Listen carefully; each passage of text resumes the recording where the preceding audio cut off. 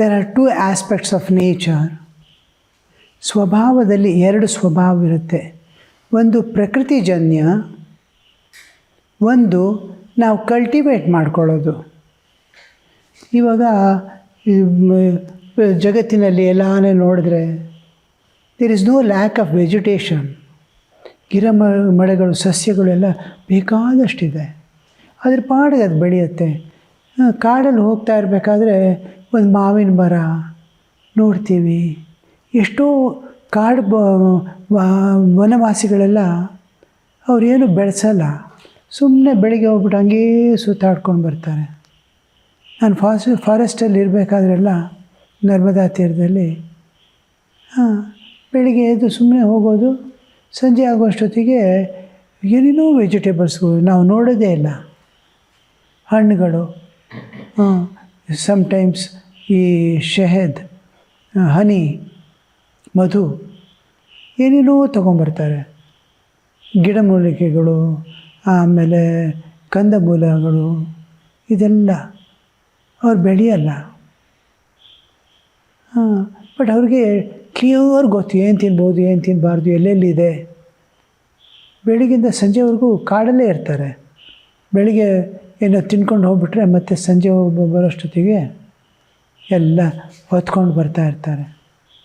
ಕೆಲವರು ಏನಾನೆ ಕೊಕ್ಕೋ ರಸ್ತೆಯಲ್ಲಿ ಸಿಕ್ಕಿದ್ರೆ ಅದನ್ನು ಹಿಡ್ಕೊಂಡು ತೊಗೊಂಬರ್ತಾರೆ ಕಾಡಿನಲ್ಲಿ.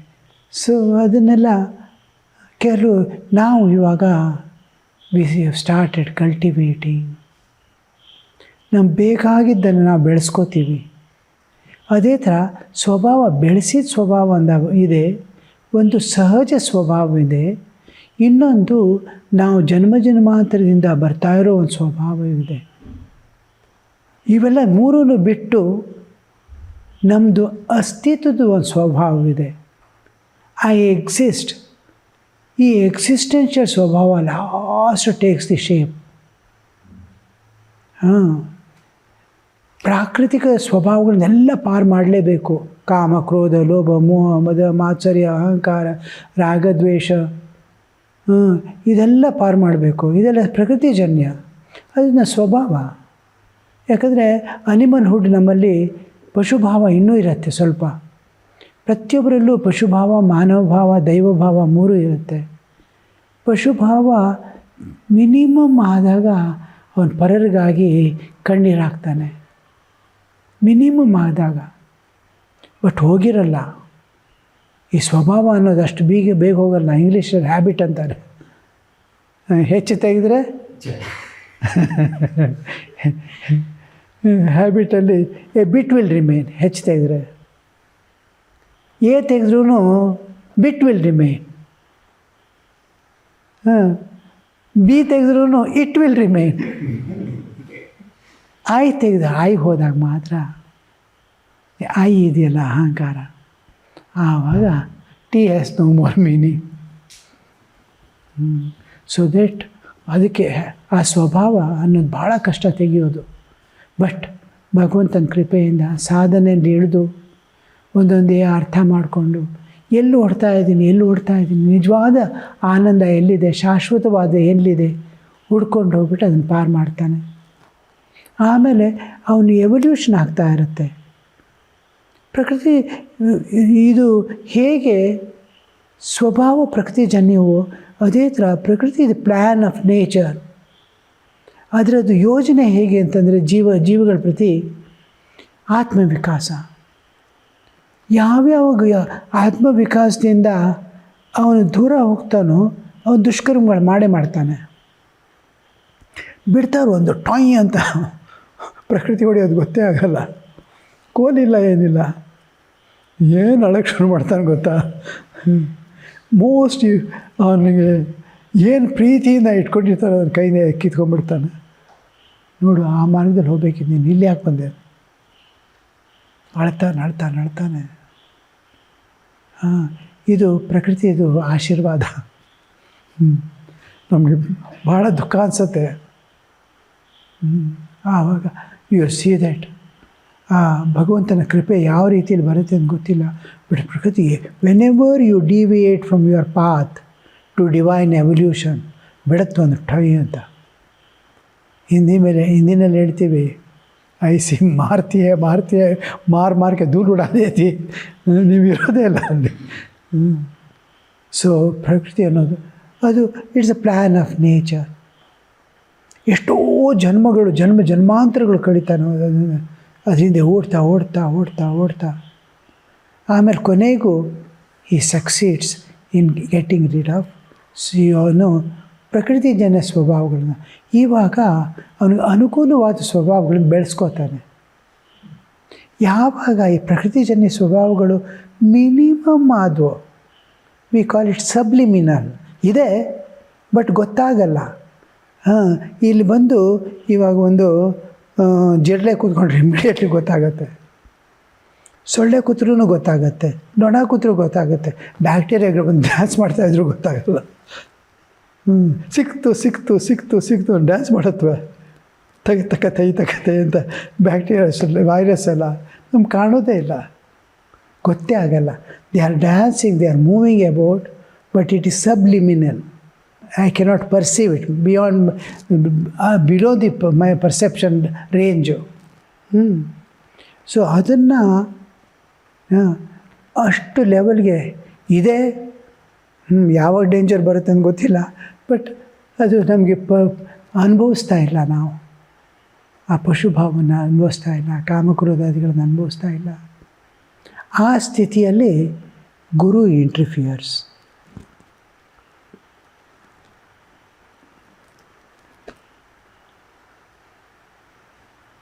most important in the life existence of a ಜೀವದ ಅಸ್ತಿತ್ವದ ಹೋಗ್ತಾ ಇರೋದು ಆ ಮಾರ್ಗ ಜನ್ಮಾಂತರ ಕಟ್ಕೊಂಡು ಹೋಗ್ತಾ ಇದೆ. ಒಂದೊಂದೇ ಕಳಚಿ ಬಿದ್ದಂಗೆ ಅಲ್ಲಿ ಗುರುತು ನೆಸಿಟಿ ಬರುತ್ತೆ. Nature supplies. ನಮ್ಗೆ ಯಾವಾಗ ಏನು ಬೇಕೋ ಪ್ರಕೃತಿ ನೋಡ್ತಾ ಇರ್ತಾಳೆ. ಅದನ್ನು ಯಾವ ಪ್ರಕೃತಿ ನಮ್ಮ ನಿದ್ದೆ ಕರ್ಕೊಂಡು ಹೋಗ್ತಾಳೋ, ಗಾಢ ನಿದ್ದೆಯಲ್ಲಿ ನನ್ನ ಜೊತೆಲಿದ್ದಾಳೆ, ವಾಪಸ್ ಕರ್ಕೊಂಡು ವಾಪಸ್ ಬರೋದೇ ಗೊತ್ತಿಲ್ಲ, ಹೋಗೋದು ಗೊತ್ತಿಲ್ಲ. ಕರ್ಕೊಂಡು ಬರೋದಕ್ಕೆ ಗಾಢ ನಿದ್ದೆಯಲ್ಲೂ ನನ್ನ ಜೊತೆಲಿದ್ದಾಳೆ. ನಾನು ತಿಂದಿದ್ದು ಅವಳು ಡೈಜೆಸ್ಟ್ ಮಾಡೋದು, ನಾನು ಡೈಜೆಸ್ಟ್ ಮಾಡೋಕ್ಕೂ ಗೊತ್ತಿಲ್ಲ. ದಟ್ ನೇಚರ್ ಬ್ರಿಂಗ್ಸ್ ದಿ ಬೇರೆ ಜನ್ಮಾಂತರ ಕರ್ಕೊಂಡೋಗ್ಬೇಕವಳು ಕರ್ಮಾನುಸಾರ. ಮಗು ಹೊತ್ಕೊಂಡು ಹೋದಂಗೆ ಒಂದೊಂದೇ ಎಲ್ಲ ಜೀವಿಗಳಿಗೆ. So that brings A person who is either has attained, ಪ್ರಾಪ್ತಿ ಮಾಡ್ಕೊಂಡಿದ್ದಾನೆ, ಇಲ್ಲದೇ ಇದ್ದರೆ ನಿಸ್ವಾರ್ಥವಾಗಿ ಅವನು ಗೊತ್ತಿರೋದನ್ನು, ಶಾಸ್ತ್ರಜ್ಞಾನವನ್ನು, ಆಮೇಲೆ ಚಿಕ್ಕ ಪುಟ್ಟ ಅನುಭವಗಳನ್ನು, ಅಂದರೆ ಅವನು ಪತನವಾಗೋ ಸ್ಥಿತಿಯಲ್ಲಿಲ್ಲ, ಆ ಥರ ಸ್ಥಿತಿಗೆ ಬಂದಿದ್ದಾನೆ ಅವನು. He can guide others. ಇವಾಗ ಒಬ್ಬ ಕಾಲೇಜ್ ಸ್ಟೂಡೆಂಟು ಒಂದು ಪ್ರೈಮರಿ ಸ್ಕೂಲ್ಗೆ ಹೇಳ್ಕೊಡೋಕ್ಕೆ ಏನು ಪ್ರಾಬ್ಲಮ್ ಇಲ್ಲ, ಅವನೇನು ಕಾಲೇಜ್ ಮುಗಿಸೇ ಇಲ್ಲ. ಆ ಥರದ್ದು ಒಬ್ಬ ಗುರು ಬರ್ಬೋದು, ಅಥವಾ ಎನ್ಲೈಟೆಂಡ್ ಗುರುನೇ ಜೀವನದಲ್ಲಿ ಬರ್ಬೋದು. ಬಟ್ ಪ್ರಕೃತಿ ನೋಡ್ತಾ ಇರ್ತಾಳೆ ಯಾರಂತಂದರೆ ಸೂಟ್ ಆಗ್ತಾರೆ ಅಂತ. ಅಂದರೆ ಇವ್ರದ್ದು ಎಕ್ಸೆಪ್ಟೆನ್ಸ್ ಬೇಕು, ಅವ್ರದ್ದು ಎಕ್ಸೆಪ್ಟೆನ್ಸ್ ಇರಬೇಕು. ಇಬ್ಬರದು ಒಬ್ರಿಗೊಬ್ಬರು ಸ್ವೀಕಾರ ಮಾಡುವಂಥ ಸ್ಥಿತಿಯಲ್ಲಿರಬೇಕು. ಅವ್ರ ಸ್ವಭಾವಗಳು ಮ್ಯಾಚ್ ಆಗ್ತಾ ಇರಬೇಕು. ಆ ಥರ ಅದು ಕರ್ಕೊಂಡ್ಬಿಡ್ತಾಳೆ. ಇವಾಗ ಆ ಸ್ವಭಾವಗಳನ್ನು, ಹೊಸ ಸ್ವಭಾವಗಳನ್ನು ನಿರ್ಮಿಸ್ತಾನೆ, ಡೈರೆಕ್ಟ್ ಮಾಡ್ತಾನೆ. ಎಷ್ಟೋ ಜನ್ಮಗಳು ಕಳೆಯುತ್ತೆ, ಒಂದೆರಡು ಜನ್ಮದಲ್ಲಿ ಚಟ್ ಅಂತ ಆಗ್ಬಿಡಲ್ಲ.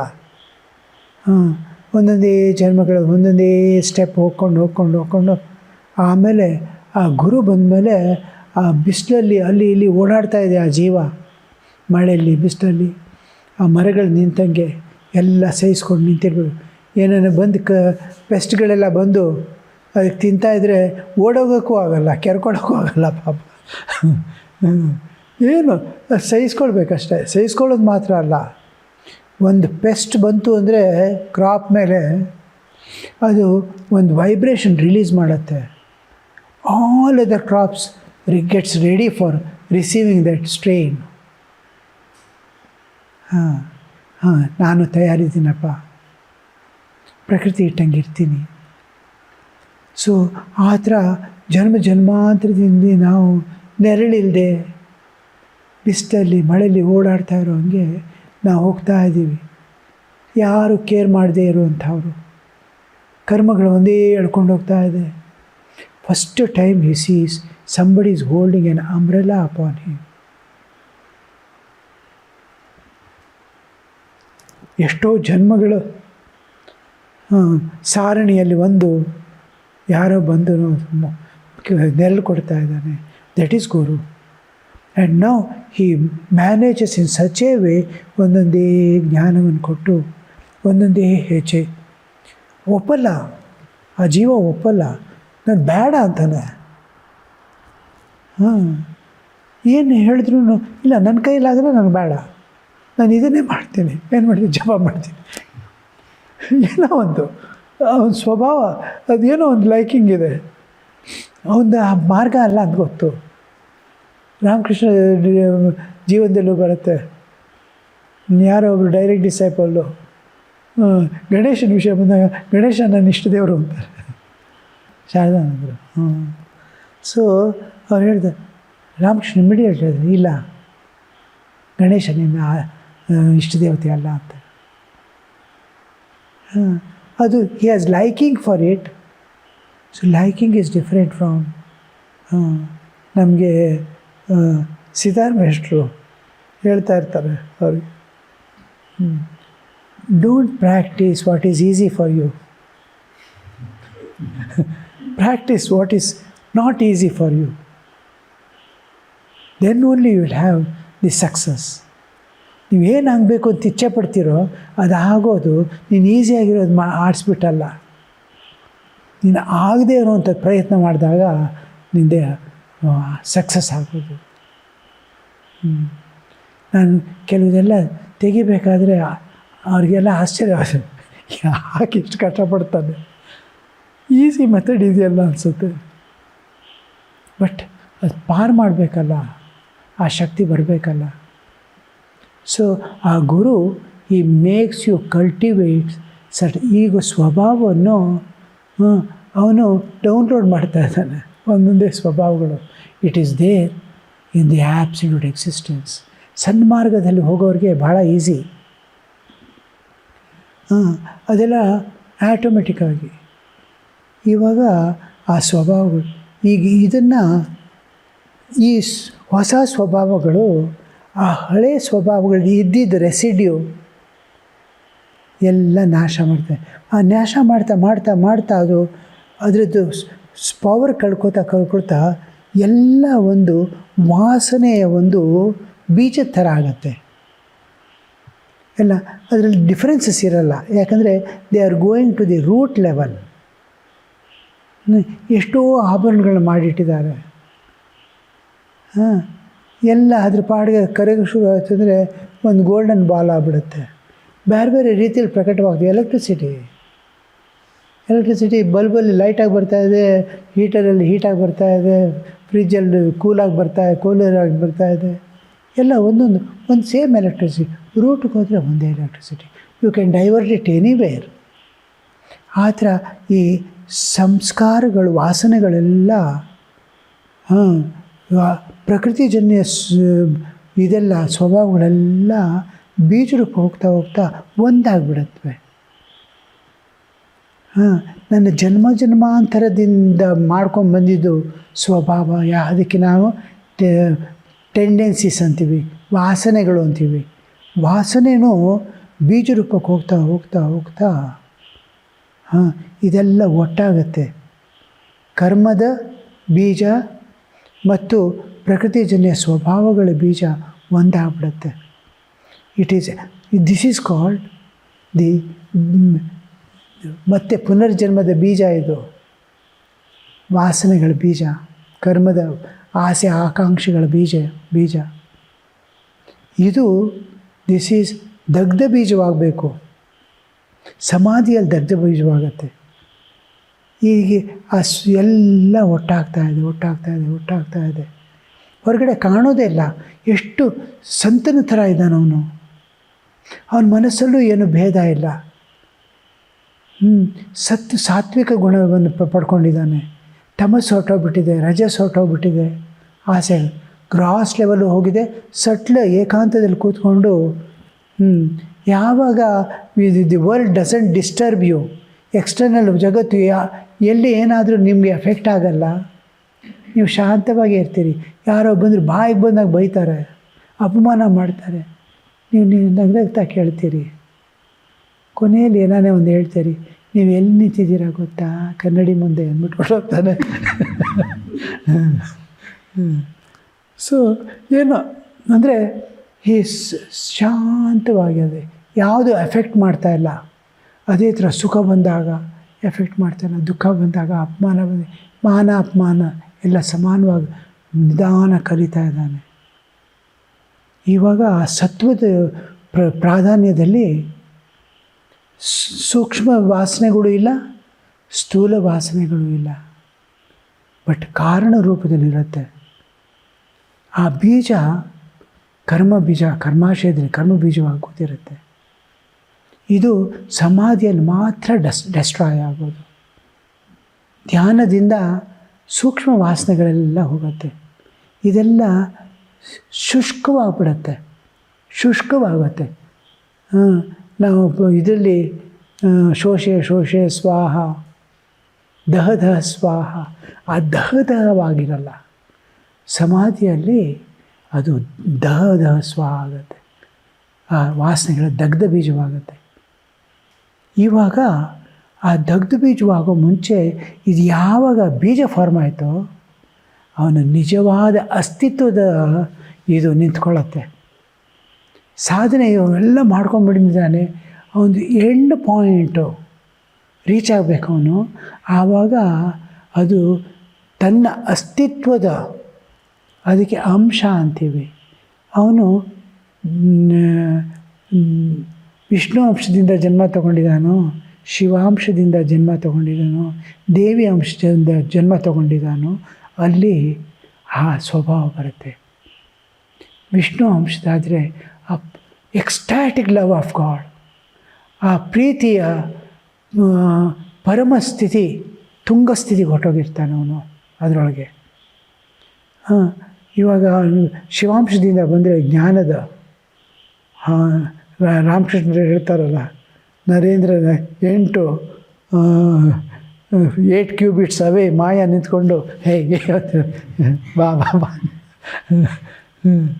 ಆ ಥರ ಶಿ ಕೆನಾಟ್ ಎಂಟರ್ 8 ಕ್ಯೂಬಿಟ್ಸ್. ಇದಕ್ಕೆ ಮೊಳ ಅಂತೀವಿ, ಮೊಳಕ್ಕೆ ಕ್ಯೂಬಿಟ್ ಅಂತಾರೆ ಇಂಗ್ಲೀಷಲ್ಲಿ. 8 ಮೊಳ ದೂರದಲ್ಲಿ ಇರ್ತಿದ್ದಂಥ ಮಾಯ. ಆ ಜ್ಞಾನದ ಆ ಸೂರ್ಯನ ಥರ ಬೆಳಕದು. ಸೊ ಅಲ್ಲಿ ಡಿಫ್ರೆನ್ಸ್, ಎರಡು ಬ್ಯಾಲೆನ್ಸ್ ಮಾಡ್ಕೊಂಡು ಹೋಗ್ತಾ ಇದ್ದಾನೆ.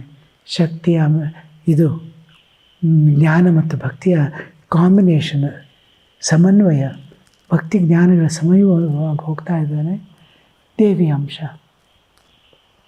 ಸೊ ಇಲ್ಲಿ ಬಂದಾಗ ಒಂದು ಲಾಸ್ಟ್ ಆ ಬೆಳಕು ಎಲ್ಲಿಂದ ಬರ್ತಾಯಿದೆ ಅಂತ ಅದರಲ್ಲಿ ವಿಲೀನವಾಗ್ತಾನೆ.